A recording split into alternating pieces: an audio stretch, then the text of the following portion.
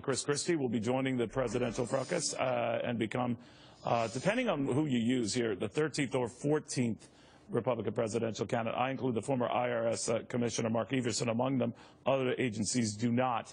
But regardless how you number it, it's a crowded field. And most, I wouldn't say all, but most of those candidates have taken the no tax hike pledge, and that is one insisted by one Grover Norquist, who insists that candidates should stick to promises like that because promises like that matter. And they send a signal to voters that you wouldn't even entertain hiking taxes. That I guess, Grover, you want them to sooner talk about cutting spending than finding a way out by hiking taxes, right? Yep, absolutely. Okay, so Chris Christie, has he taken this pledge? He has not yet. I understand he will take it as a presidential candidate. He has just cast his fifth veto.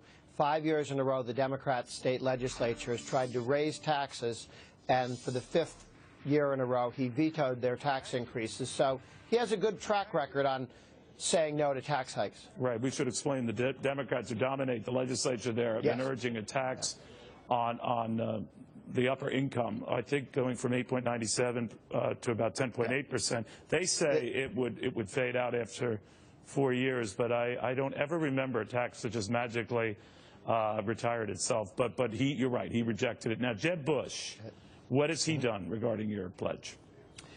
Jeb Bush has said that he's open to a tax increase, that during the debate 2011-2012 about whether the Republicans would agree to a tax increase with Obama, they said no. Bush came into Washington, D.C., said he'd agree to a tax increase as part of the deal.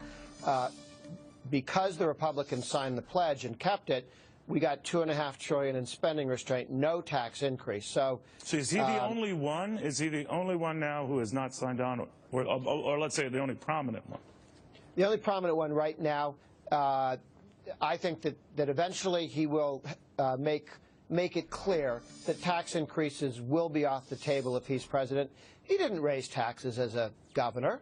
So it's a little odd that he won't make the commitment. But if you don't make the commitment and you end up with a Democratic Senate, they will break you at some point because they'll know you can be had. You just mentioned a key distinction, though. Jeb Bush did not raise taxes as a Florida governor. He cut them repeatedly. So why does he have to honor a promise when his record before it proves it? Well, first of all, he had a Republican House and Senate, so nobody offered him a tax increase. And second, there's all the difference in the world between not raising taxes and saying you'll never do it. Most people can fail to raise taxes in given years, but when the crunch is on, there'll be real pressures to put tax hikes up. And he has said out loud that he's open to a tax increase. So he needs to walk that back. All right, I got you. Thank you very much, Grover. It's always good seeing you.